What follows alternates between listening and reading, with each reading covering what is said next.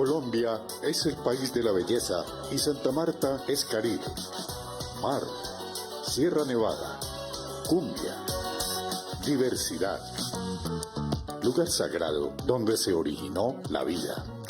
En esta tierra del realismo mágico, los esperamos el 9 y 10 de noviembre en la cuarta cumbre CELAC Europa para avanzar en temas esenciales como la integración y la cooperación.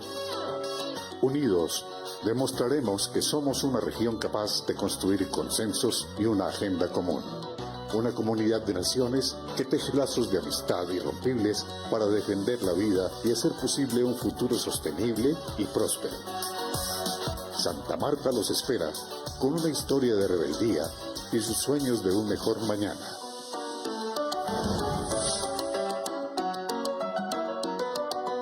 Bienvenidos.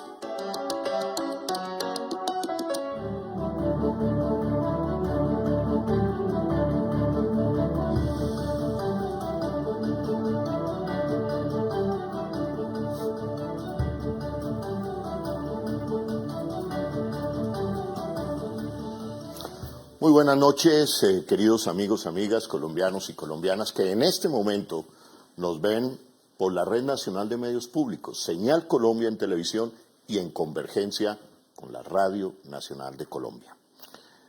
Le quiero dar las gracias, señor presidente, por aceptar esta entrevista. Es la primera entrevista que da el señor presidente Gustavo Petro al Sistema Nacional de Medios Públicos.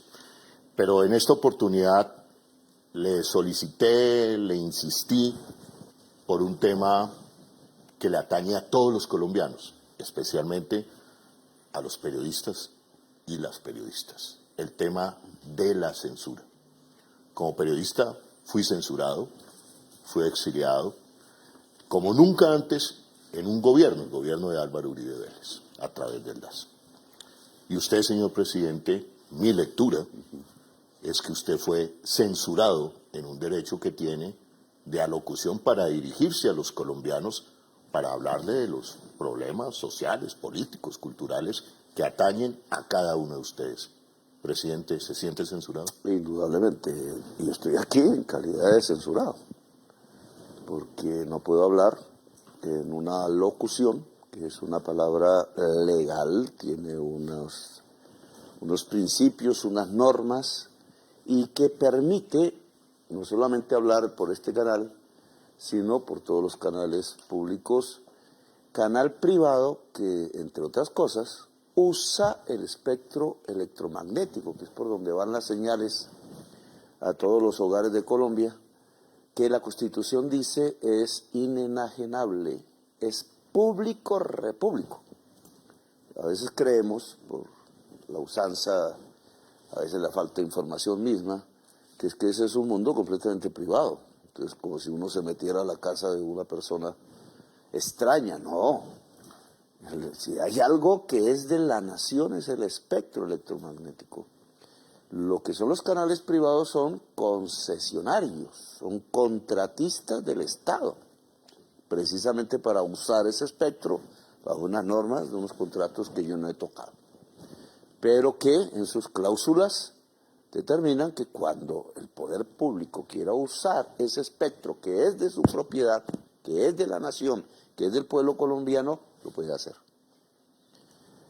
Digamos, el margen. Ahora, lo que se me ha impedido es usar el espectro público de Colombia al jefe del Estado y, por tanto, poder hacer una locución en todos los canales de televisión para unos asuntos determinados. Así que la respuesta a su pregunta es claro, me siento censurado.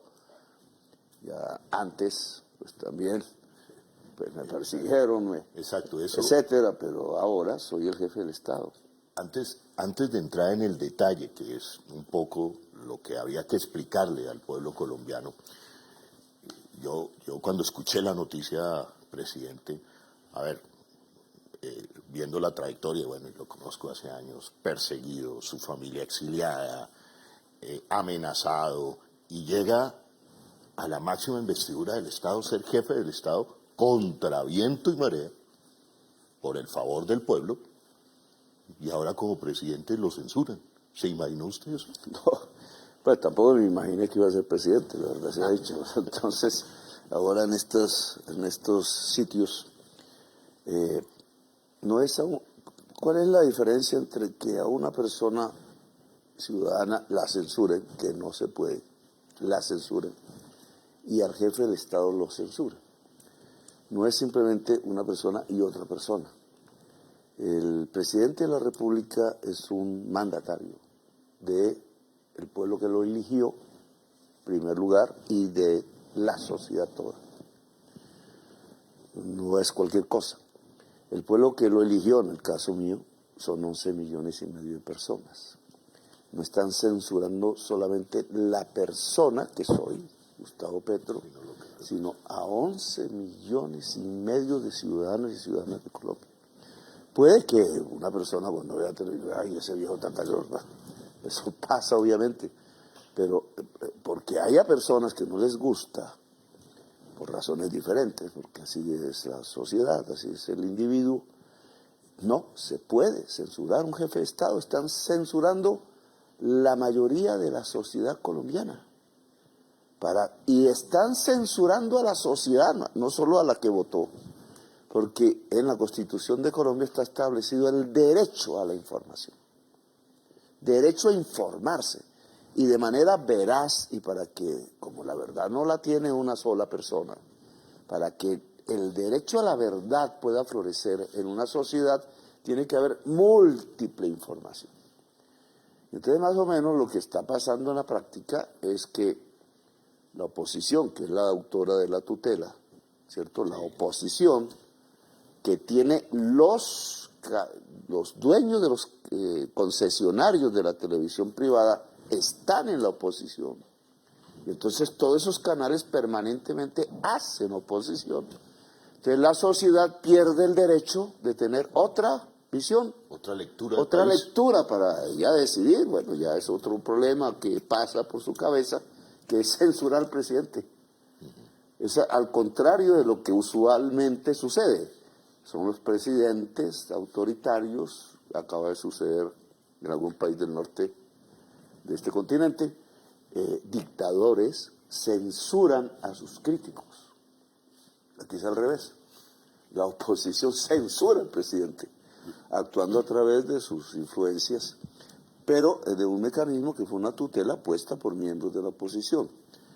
Entonces, digamos, aquí claramente no es, y esa es la diferencia y la gravedad del asunto.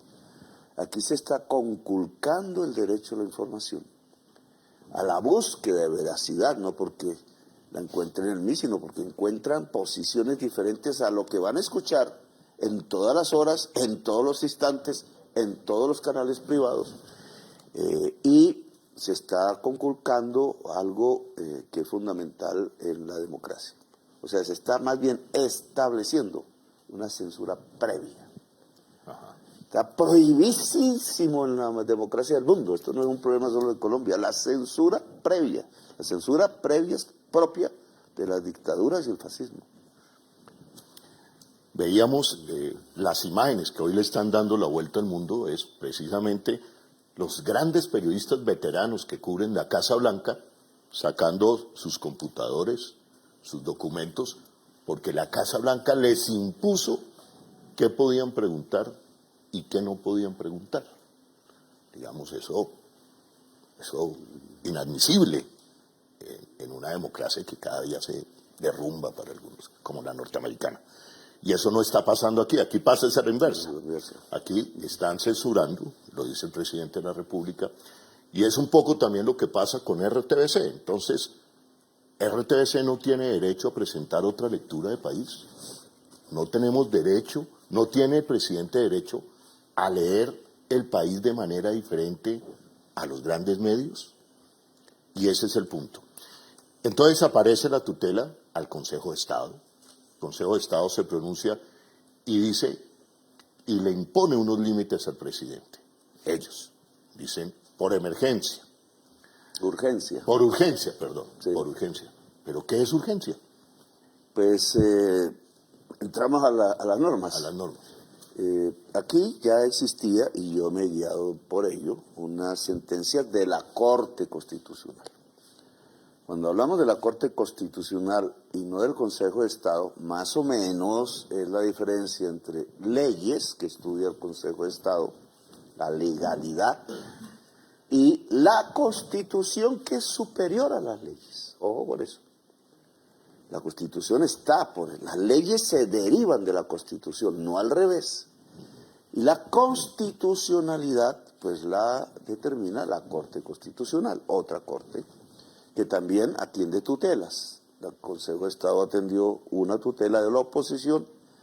La Corte, no por mí, hacía mucho tiempo, ha establecido unos criterios, incluso porque es hace mucho, creo que el 2001, que perfectamente aquí quisiera leerles, que tiene que ver con precisamente lo que se llama urgencia. Es la sentencia C-1172 del 2001. Que es, digamos, hay una diferencia cuando es tutela, cuando es sentencia constitucional, que tienen una mayor jerarquía. Este es un tema un poco complejo, porque es para toda la sociedad. En las tutelas a veces es que una persona rompió el derecho de otra y entonces es para esa otra persona. Aquí es para toda la sociedad y se refiere a las alocuciones. Alocución es el derecho del presidente de la República a través de todos los canales, cualquiera sea su Públicos, denominación, privados, de expresar una comunicación hacia la totalidad de la sociedad que esté escuchando o viendo. Esa sentencia del 2001 dice: la alocución presidencial es un instrumento legítimo de comunicación institucional siempre que no se utilice con fines proselitistas. O sea, yo no puedo hacer campaña en una locución, pues no para uno, porque no sería uno candidato per se, sino para otras personas, etcétera, sino temas, y aquí viene lo ¿qué temas? Entonces, lo que dice el Consejo de Estado es urgentes, urgencia, urgentes. Y aquí también lo dice. Además, aclaró que no se requiere un desastre natural para que haya urgencia. Ojo, la Corte Constitucional. Era más o menos como creí que interpretaban algunas personas. No, pues hay que esperar a Armero para que el presidente hable. No. Aclaró que no se requiere un desastre natural para que haya urgencia. 2 puntos. Basta con que el mensaje tenga relevancia inmediata para la vida nacional o el interés público. Relevancia inmediata. Ese es el punto. De interés público. Entonces, esa es la urgencia. ¿Qué alocución mía no ha tocado un tema de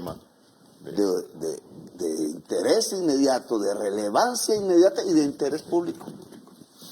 Y aquí, presidente, es donde viene, digamos, el motivo de esta entrevista, porque cuando de la oficina de prensa de Palacio, y se nos informa a los periodistas, el motivo de la alocución del día de ayer, es lo que a mí me llama poderosamente la atención, porque dicen que no es urgente.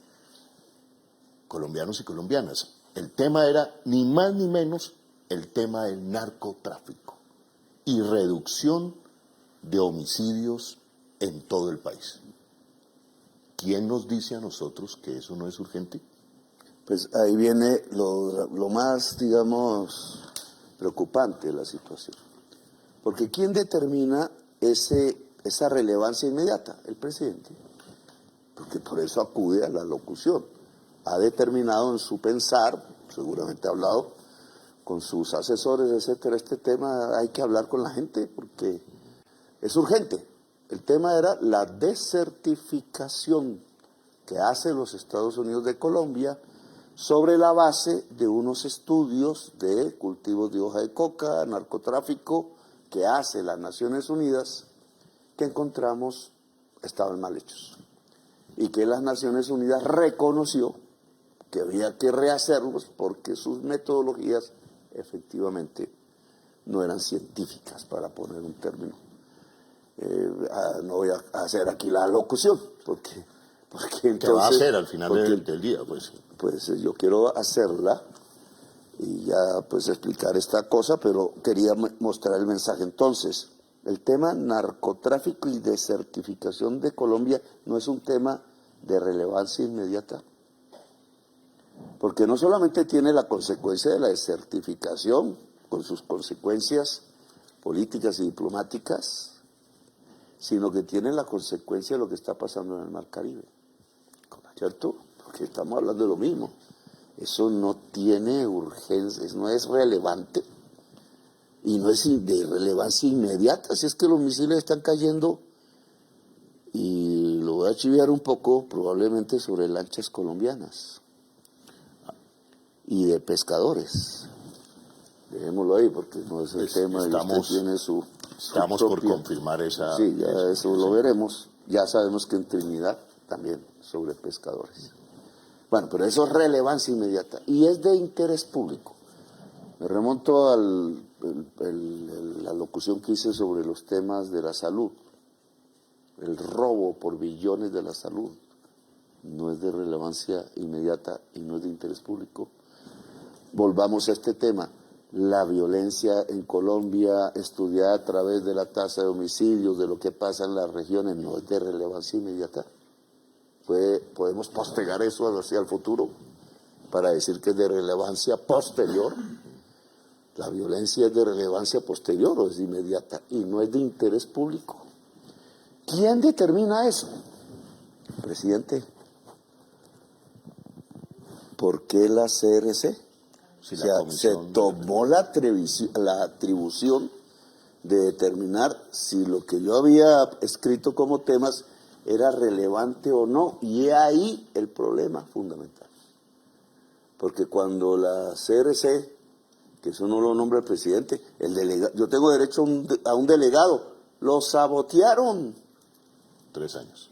Durante todo el periodo presidencial yo nunca he podido tener un delegado en la CRC. Y es un tema, pues es otro, pero también muestra la actitud. Un club cerrado que no nombra el gobierno, determinando una censura sobre el presidente. Censura previa, ¿cierto? Porque se atribuyó el derecho de ser ella la que examina el contenido de los temas. Cuando uno va a ver este tema de censura previa, pues aquí también, la Corte Constitucional lo expresó, la censura previa está prohibida en todo el mundo. Y en la Convención Americana de Derechos Humanos, la censura previa está prohibida en la Constitución colombiana. La censura previa no puede ser tomada por ningún organismo administrativo contra las funciones del Ejecutivo, porque entonces le quita las funciones al Ejecutivo. Eso se llama golpe de Estado. Ni más ni menos. Eso se llama golpe de Estado. Es decir, esto estaría enmarcado porque aquí surgen varias preguntas. ¿Quién está detrás de esto? ¿Cuáles son los poderes que están detrás de esto? Pero es que además, presidente, leyendo también le imponen tiempos. Se tiene que expresar en determinado tiempo. Y uno también dice, pero entonces, le quieren imponer los temas que ellos consideren que son urgentes. Sí.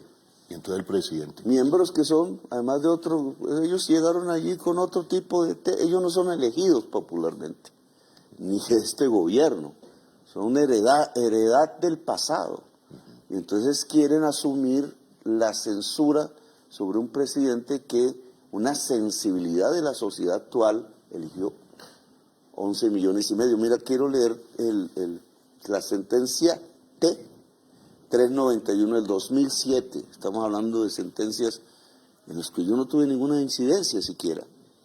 Es categórica al señalar que en Colombia, ojo, abre comillas, rige una prohibición absoluta de censura previa. Prohibición absoluta. Ninguna autoridad legislativa, administrativa o judicial, espero que el Consejo de Estado no caiga en esa actitud, pero ni legislativa, ni administrativa o judicial, puede someter los contenidos a examen, autorización o visto bueno antes de su emisión. Acaba de pasar. A los periodistas nos juzgan por lo que decimos, no por lo que vamos a decir. Claro. Ya después viene Ya después viene el debate. Ya viene el debate y eso es lo importante, además que exista el debate. Pero esto que prohíbe aquí, prohibición absoluta es lo que acaba de hacer la CRC. Esto porque examinó los temas y dijo no, me prohibió mi alocución, que es un derecho del presidente constitucional. Y no tenía porque lo que estableció fue una censura previa. Esto tiene obviamente consecuencias. Para allá voy, ¿se van a tomar las medidas? Bueno, entonces yo quería un poco, mañana vamos a volver en base a todos estos argumentos, porque hay otro problema. El fallo no existe. No está en firme. El fallo del Consejo de Estado sobre el que se basa la actitud de la CRC, se pidió una aclaración por parte de un funcionario del gobierno. La aclaración, hasta que no se aclare, pues no entra, y después pues habrá segunda instancia, etcétera, el proceso normal, pero en este momento ese fallo no es vigente. Está en un periodo de aclaración precisamente con estos argumentos, con la Corte, con los argumentos de la Corte Constitucional. Y la CRC, ¿sobre qué base jurídica entonces tomó su atribución y abuso de poder? Se adelanta. De hacer una censura previa sobre el presidente.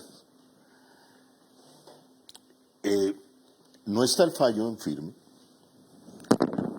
y uno de los alegatos que está en discusión de impugnación precisamente es que entienden por urgencia. Sin embargo, como entiendo yo, la CRC se adelanta cuando el término urgencia está en discusión hoy, se adelanta a decirle al presidente de la República, no señor, eso no es urgencia. No es urgente el tipo de narcotráfico, prevaricato. no es urgente la violencia. Mañana les damos otra oportunidad, porque puede ser un asunto de ignorancia. Bueno, no se apresuraron, el sectarismo político, los odios a veces, no se leyeron esto, nadie les enseñó, los abogados son malos, bueno, tantas cosas que pueden aparecer. Y yo siempre me gusta, antes de la acción, digamos, última, definitiva, que se entienda qué está pasando. No es la censura previa, absolutamente prohibida, se la tomó como atributo la CRC, prohibiéndole al presidente la alocución, y con esa prohibición censuró al presidente y a media Colombia y el derecho a la información de toda Colombia. Puede rehacer eso mañana. Quiero decir los temas. Mañana es viernes, bueno, ya es diferente, pero le damos esa oportunidad a la CRC. Si no, aquí ya toca actuar de otra manera. Actuar de otra manera con denuncias recurriendo a la ley. Obviamente. Porque también al derecho penal. Al derecho penal. Porque también se malinterpretó, yo quiero darles el beneficio de la duda a los que malinterpretaron, que en algún momento usted quiso decir, si a mí me censuran, se censura la prensa. Eso no fue lo que quiso decir usted en un trino. Nunca se censuró la prensa. Lo que quiso decir es que si censuran al presidente de la República, imaginemos lo que les Van espera a censurar a la prensa. a todos. A todos. Claro. Y es que hubo un intento, además, previo, que Julio Sánchez me echó la culpa a mí. Ni siquiera ha podido nombrar a mi delegado. Ese es un Toda la punto. culpa de Petro, ¿no? Es como el recorrido. Pero al país le está yendo bien. Pero hubo un intento de censura previa sobre la prensa. Para Hay allá algo voy. ahí que no está funcionando. Ya no había tutelas ni nada, que hay algo ahí que no está funcionando bien. Para allá Ya voy. entre las personas que integran esa comisión. Para ello hoy, pero yo creo, presidente, antes de llegar a ese punto, porque también le compete a RTBC está ahí para ser censurado también, de muchas formas es censura en Colombia, pero también creo que es importante que le explique al país, señor presidente, que usted no tiene nada que ver con la CRC, No, nada. porque han tratado de decir, Ni y hay siquiera una serie de conozco malabares para tratar de decir que la CRC depende del gobierno y que detrás del intento de la censura a la prensa está el gobierno? Me entrevistaron y la CRC no tiene nada que ver con el gobierno. Todas las personas que están ahí desde antes de que yo fuera presidente. No sé bien cómo es que llegan ahí, por qué medios, pero desde antes nada tienen que ver con nosotros. El que sí podría tener que ver, que era mi delegado, no lo han dejado ni siquiera acercarse a tomar, certificar, y sí tiene derecho, porque hay unas habilidades, inhabilidades, etcétera, las tiene todas. Es un antiguo trabajador de Telecom, que después de que lo sacan con fusil de su empresa, del gobierno de Uribe, y cierran Telecom, que yo pienso revivirla, entonces él hace sus estudios, hace todo el proceso, el externado en otros lugares, y cumple todas las normas para ser delegado en esa CRC, y no lo dejan. No lo dejan porque fue trabajador. Como a mí me tratan de imponer censura previa porque defiendo a los trabajadores. Tengo otra opción, diferente a lo que ellos tienen en la cabeza como ideología. Pero aquí las ideologías no tienen nada que ver, son las normas. La CRC hizo una censura previa. Prohibición absoluta. Cayó en una prohibición absoluta. Y censuró al jefe de Estado de mandato popular. Por ende a millones de colombianos. Por tanto, millones de colombianos. Presidente, creo que queda claro que el gobierno no tiene nada que ver con los delegados, y algunos dicen que hay unos vasos comunicantes, pero es una contradicción profunda. A ver, la CRC, que para algunos la manda el gobierno, censura al presidente. El gobierno se autocensura. Entonces, pues eso creo que eso es como cuando nos autotorturamos. Autosuicidio. No, pues ahí sí el autosuicidio, ahí sí se equivocó usted. Pero autotortura. Yo me acuerdo cuando apareció el concepto. Un presidente, ¿no? Un presidente pasado. Bueno, usted preguntaba, y se hacía la pregunta, presidente, ¿qué hay detrás de esto? Porque la comisión... Hay una, digamos, la encuesta esa que ha circulado, yo no puedo hablar de temas electorales, aparte, pero sí, que no es electoral, muestra que, porque yo me estaba comunicando por redes, ha sido como desde hace varios años, mi mecanismo de defensa en el debate público, porque yo sé que en los llamados canales privados, que son concesionarios del Estado, contratistas del Estado, para ponerlo más en términos, tienen término fijo esos contratos, etcétera, pagan una plata por ello, tienen unos derechos, tienen unas obligaciones, pero ahí los dueños de eso son los más ricos de Colombia. Los señores que pues han vivido y se han enriquecido gracias a todo lo que ha pasado antes de mi gobierno. No comulgan con mi gobierno, están en su derecho, pero entonces yo también lo sé. Ellos no son los que precisamente me van a apoyar, van a decir que lo que digo, lo van a analizarlo bien. Cada vez es más grosero. Si una palabra se pudiera usar para describir lo que ha pasado, se llama grosería con el presidente. Porque creen que como no soy de la oligarquía, entonces hay que ser grosero, considerarlo no presidente, como si 11,5 millones se pudieran desaparecer. Es de ese mundo donde el desaparecimiento se hace normal, ¿cierto? Es ese mundo donde solo pensar de una manera y no permitir silenciar las otras formas de pensar de cualquier manera, que incluye las más extremas, se hace normal. Es ese mundo que yo he visto en los últimos meses en Colombia, en donde un genocidio no importa. Y el presidente habla de un genocidio, pero ¿para qué habla de tan lejos? Porque cuando el genocidio es aquí en Colombia, tampoco les importa. Cuando el bombardeo sobre los niños es aquí en Colombia, tampoco les importa. Si ese misil cayó sobre una lancha colombiana y un pescador colombiano, tampoco les importa. presidente, esas son las razones, esos poderes que hay detrás. Pero te iba a decir, no, es que lo que va mostrando es que apenas al lado de mi defensa en redes, que es limitada, empiezo a hacer las alocuciones contrastando la información mentirosa, develándola y sobre todo mostrando los grandes hechos de corrupción, los móviles.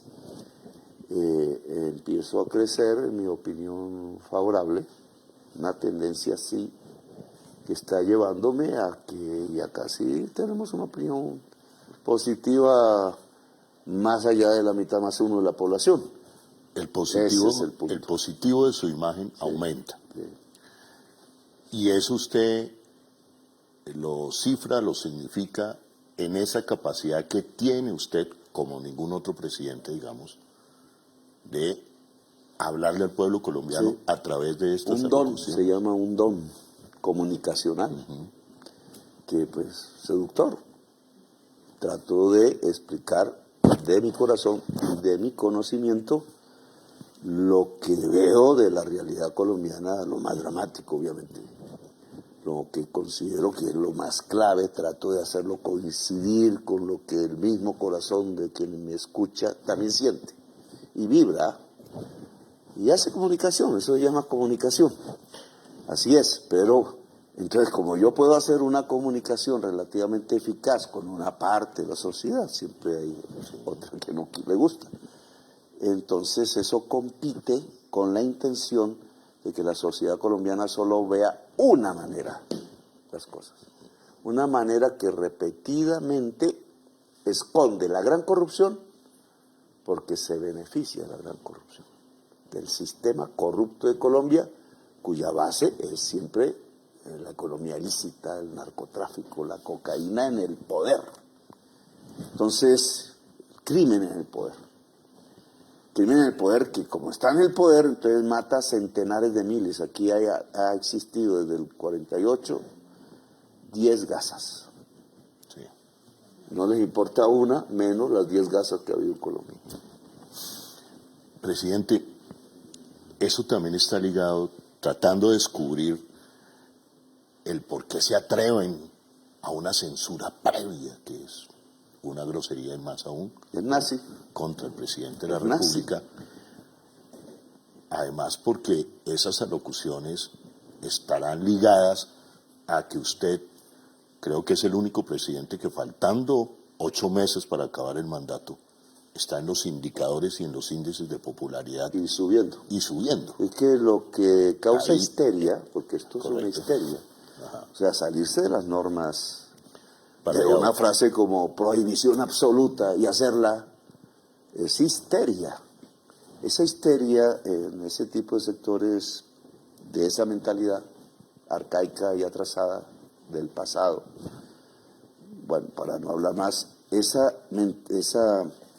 digamos, eso surge de la tendencia que están observando, no solo del volumen de la manifestación de Ibagué, sino de la tendencia. Es que la tendencia es así, De crecimiento de crecimiento en el último año ya más a de la figura de Gustavo Petro. la imagen positiva de Petro, que tiene implicación política, de la cual ya pues no puedo ya hacer deducciones. Pero yo, sí, digamos, eso es lo que quieren atajar, es mi lectura. Y creo, Quieren atajarlo silenciándome, amordazándome y rompiendo la Constitución y el Estado de Derecho. y usted lo enmarca esto porque entonces el cuadro es, no pasan las reformas. Sí. Desertificado bajo, lo hemos hecho en Noches de Opinión de Señal Colombia, bajo unos argumentos mentirosos. Sí. No puede hablar ahora, censurado, que tampoco el Twitter. ¿Eso qué cuadro va configurando? Gobierno de Estados Unidos retira el armamento que le habían dado a la Casa Militar para la protección del presidente. El bombardero del Caribe, el señor Trump, amenazando, ¿no es cierto? Hoy vi que amenaza a todo el mundo.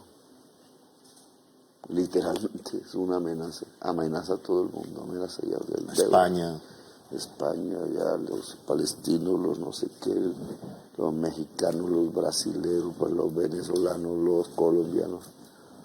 Es una cosa que tiene que resolver el pueblo de Estados Unidos, no nosotros. Ellos, como en Israel, es el pueblo de Israel el que tiene que resolver. Como en Venezuela, es el pueblo de Venezuela el que tiene que resolver. No nosotros, es el pueblo de Venezuela. Como nosotros tenemos que resolver nuestros problemas. Y ya en esta resolución de los problemas lo que hay que decidir es, seguimos con una visión vieja y única en donde el que se atreve a pensar diferente se muere, porque aquí no es que lo exilian, aquí se muere, o hacemos una democracia. Y una democracia es esto que estoy haciendo en el sentido de que la prensa del capital habla, pero la opinión y el poder público habla también en su versión de un mandatario elegido por una población que no pertenece al gran capital ni se le arrodilla.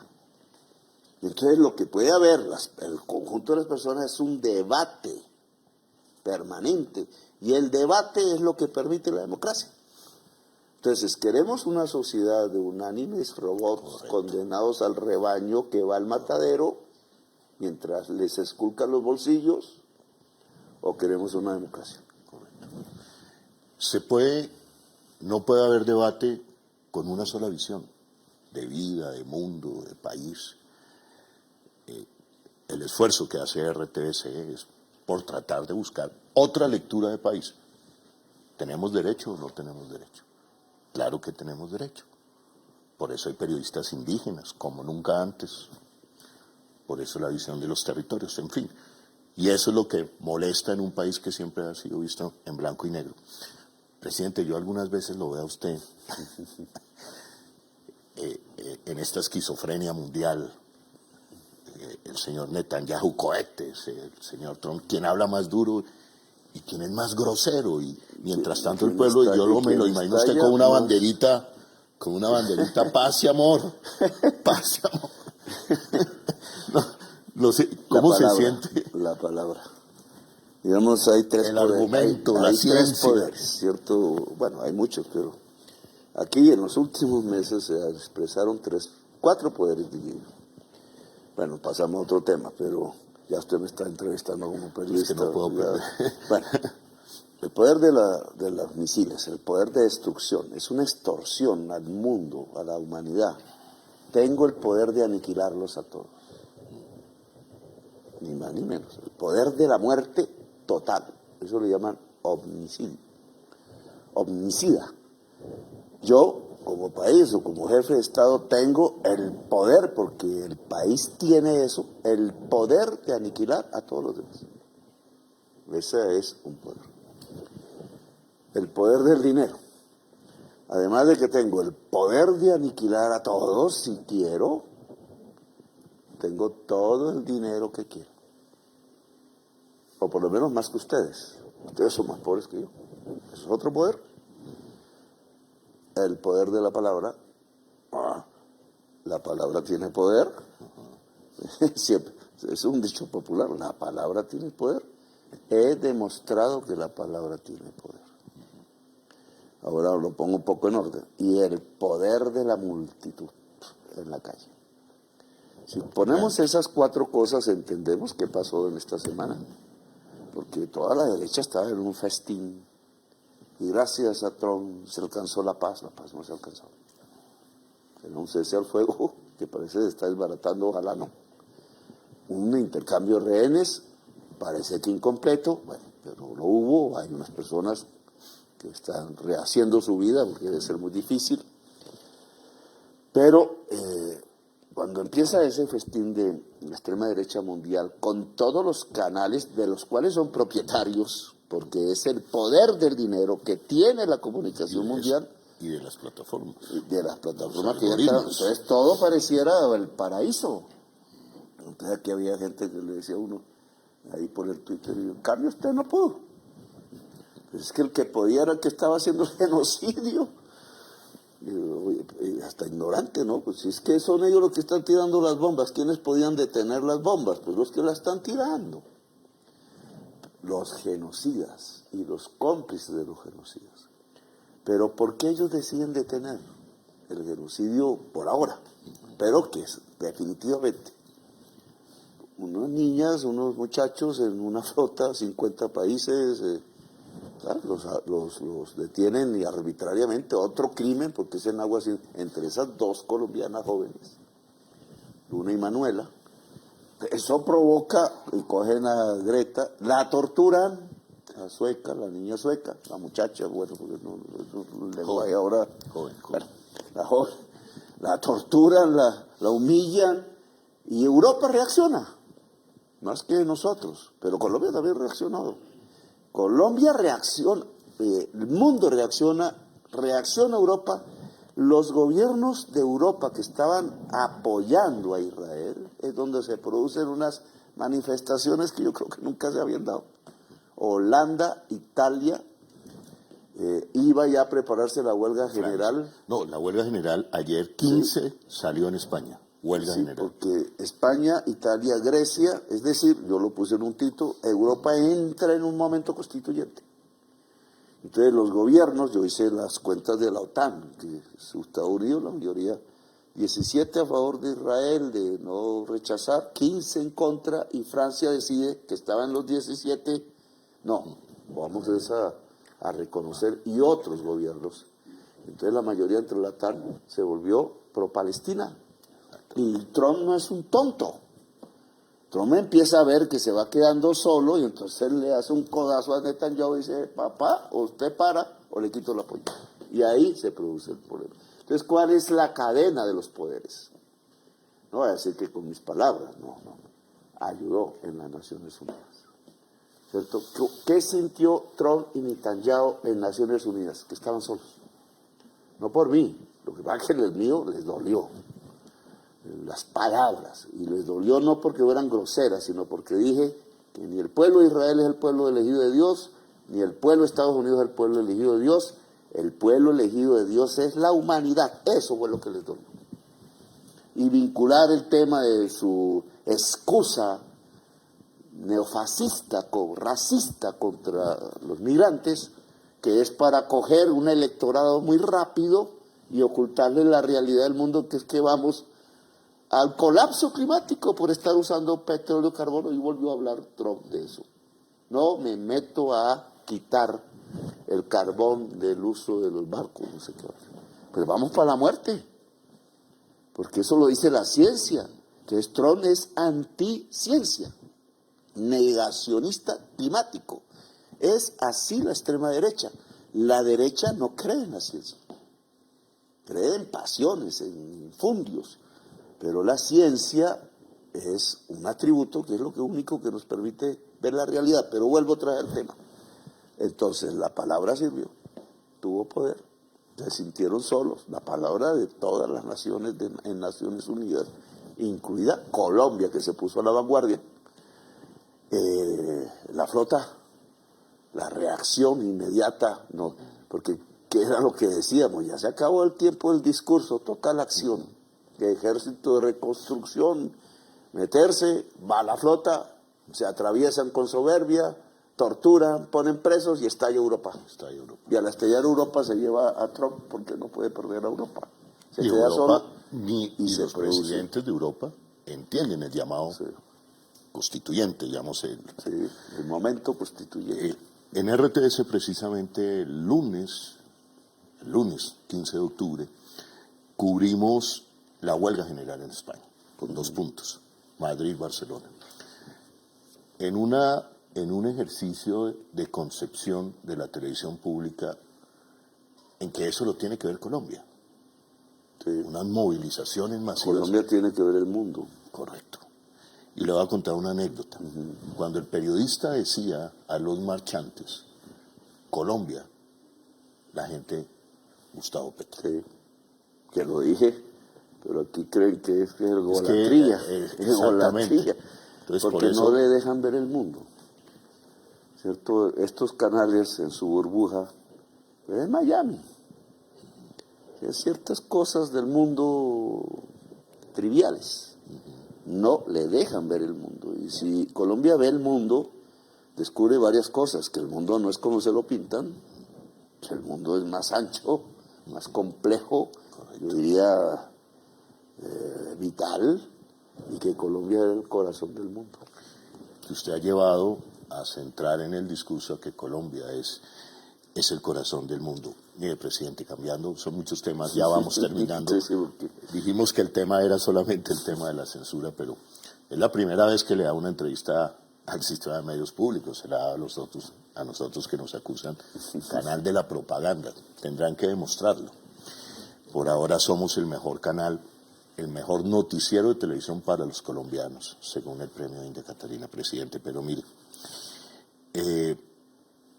Venezuela, a mí me mortifica, digamos, como a muchos colombianos. Y el otro día despedí un programa con la siguiente pregunta. ¿Qué hace Colombia?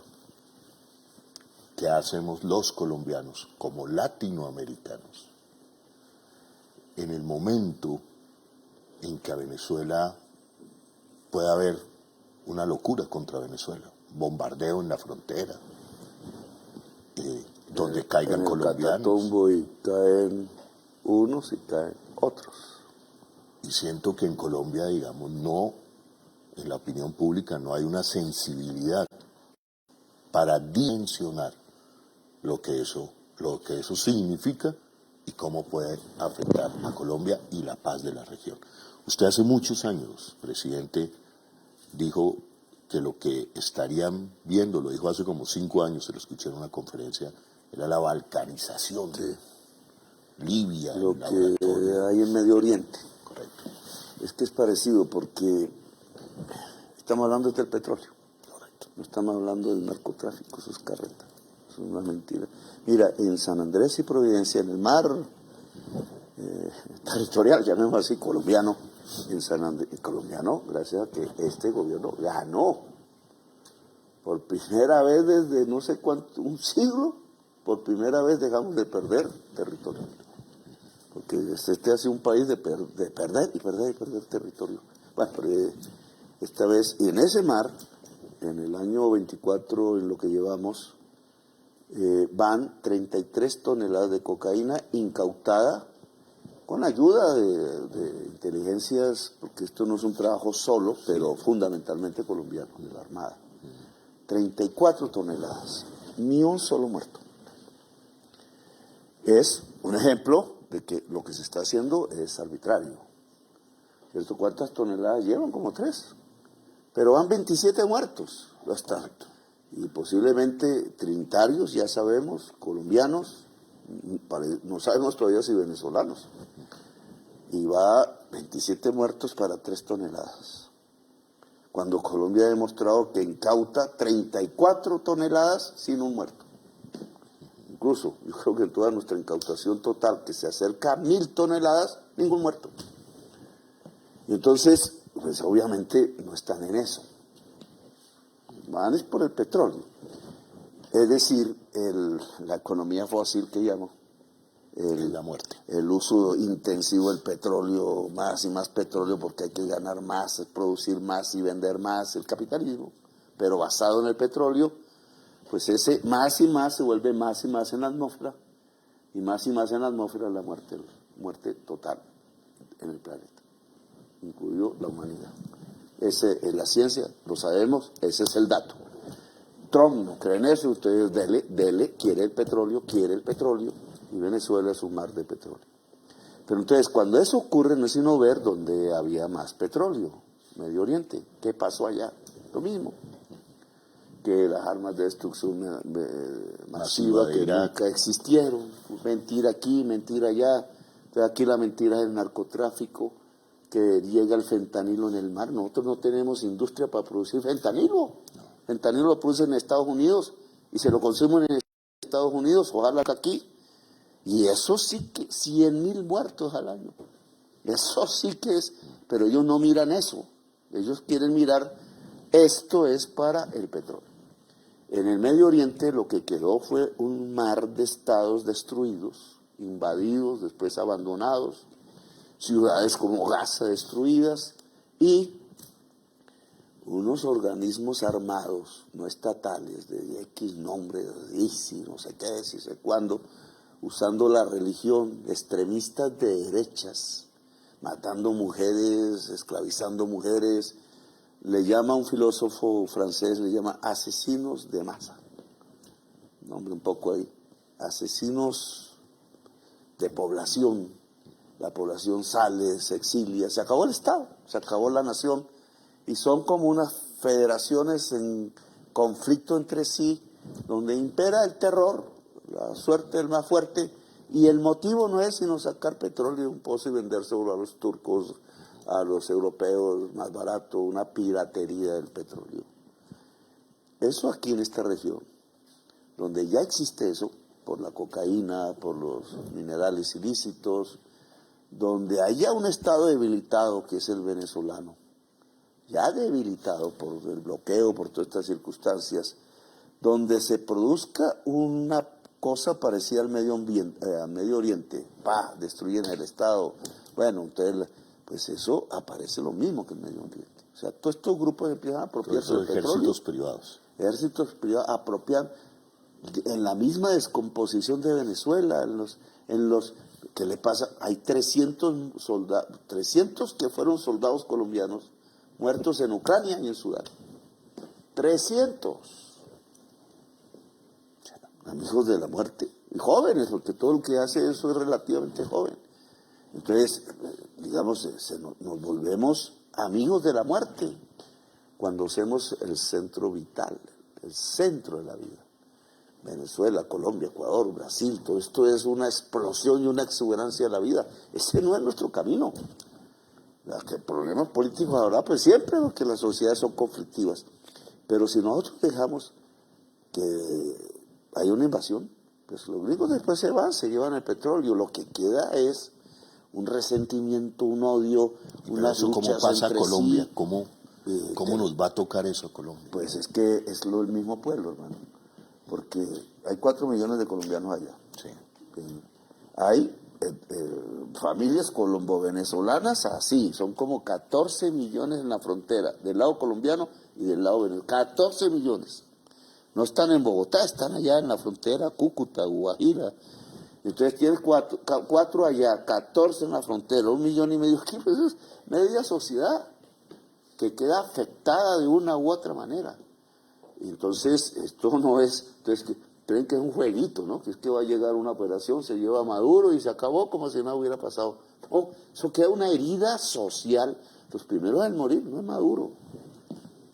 Es el pueblo, los jóvenes de allá, y entre los jóvenes de allá, los colombianos.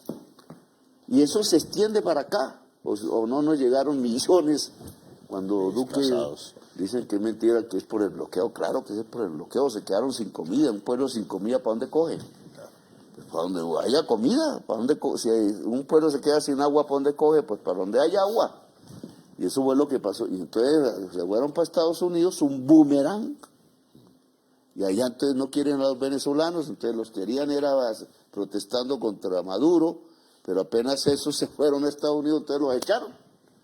Como perros además, porque los trataron mal, que eran los niños, los que es una barbaridad. Pero ahora no solamente los tratan mal, acuérdense que yo detuve unos aviones con colombianos encadenados, los volví, no los detuve, sino aquí no entra ningún colombiano encadenado, nosotros no somos esclavos. Colombia se hizo luchando contra la esclavitud. Y nuestra bandera, la mitad, es la bandera de Haití, que es la revolución antiesclavista más grande del mundo. Entonces, ahora viene para acá. No solamente nos sacan de allá a la fuerza los migrantes como perros, sino que ahora vienen acá a tirar misiles. Y de los 27, que es ya sabemos que pescadores. Correcto. Pescadores. Y colombianos al parecer, ya veremos. Que es lo que estamos tratando de confirmar en nuestra guerra, en esta guerra interna terrible y bárbara que hemos vivido en Colombia. 3 millones de colombianos se fueron a vivir a Venezuela. Sí. 3 millones. Ya para terminar, ya para terminar, presidente, pero el colombiano, que somos hermanos con Venezuela. Somos el mismo pueblo. la misma historia. Cayó una bomba en la frontera, Colombia. Es como, ¿yo qué siento si cae una bomba en cualquier lugar de América Latina? Es contra nosotros. Quizás no existe esa conciencia latinoamericana tan fuerte en unos como en otros. A veces unos quisieran es que la bandera de Estados Unidos fuera nuestra bandera. Nosotros tenemos otra historia y otra manera de ser. Podemos ser amigos, claro, eso no es la diferencia entre los pueblos, nos podemos entender en un mismo continente. Nosotros somos más antiguos que ellos, más americanos. Pero bueno, ese no es el tema. El tema es que si cae un misil en territorio, mata a una gente, siempre va a matar jóvenes, siempre va a matar seres humanos. Son nuestro pueblo. Son nuestro pueblo. Y ya parece que caen eso en Colombia también. Entonces, eso es una herida América Latina. La herida de Panamá no se nos borra. La herida de Panamá, nos quitaron a Panamá. Bueno, allá los panameños piensan de otra manera, hay tendencias. Yo estuve en un sitio que se llama Bocas del Toro, hermosísimo, donde hay una fosa con colombianos enterrados liberales, que querían hacer una revolución liberal en América. Y entonces están los mexicanos. Mexicanos era el que guiaba, los cubanos, los que estaban bajo el poder de España en ese momento, etcétera. Una juntura de latinoamericanos. ¿Por qué ahora nos sentimos tan desunidos? Una de las cosas que me da más tristeza es ver a los presidentes en silencio, haciendo cálculo económico. Chivos. Porque mira el Medio Oriente. Cálculo económico hecho antes y ahora lo que hay son las ruinas de Gaza. ¿Cuánto vale reconstruir Gaza? Bueno, presidente, sé que está agotado una jornada de trabajo hoy. El acuerdo fue que preguntaba solamente por el tema de la censura, pero yo también tengo que ser sincero con ustedes. Creo que siempre con el presidente Gustavo Petro lo que hago es charlar y tener una buena charla. Ya otros se convertirán en jueces. ¿Sí? Me interesa charlar y tener una charla de coyuntura de este momento. Siempre termino las entrevistas con una sola pregunta, presidente. La última. Hoy para usted, ¿qué es la esperanza, presidente? Es lo que nos hace mover. La esperanza es lo que permite los cambios, las revoluciones, la vida. Siempre hay que tener esperanza y ensoñación. Dice el coreano, que siempre se me olvida el nombre alemán, Chu Chung Han, ¿no? Dice, la ensoñación nacen las revoluciones. Y este es un pie de revolución. Yo lo dije en un trino y entonces dijeron, ¿quién sabe que se habrá fumado? Yo no fumo.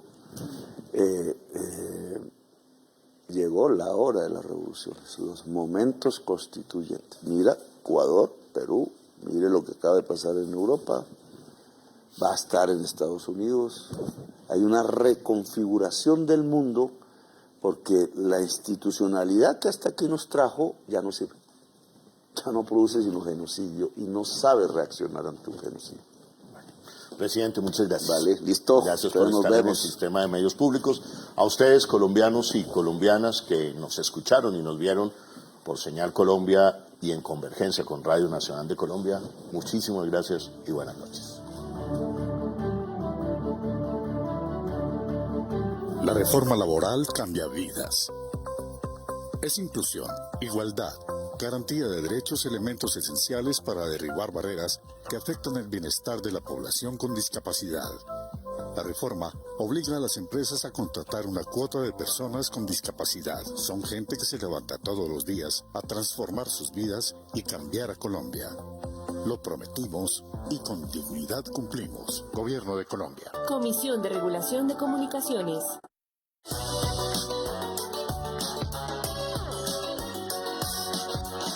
Colombia es el país de la belleza y Santa Marta es Caribe, mar, Sierra Nevada, cumbia, diversidad, lugar sagrado donde se originó la vida. En esta tierra del realismo mágico, los esperamos el 9 y 10 de noviembre en la cuarta cumbre CELAC Europa para avanzar en temas esenciales como la integración y la cooperación. Unidos, demostraremos que somos una región capaz de construir consensos y una agenda común. Una comunidad de naciones que teje lazos de amistad irrompibles para defender la vida y hacer posible un futuro sostenible y próspero. Santa Marta los espera con una historia de rebeldía y sus sueños de un mejor mañana.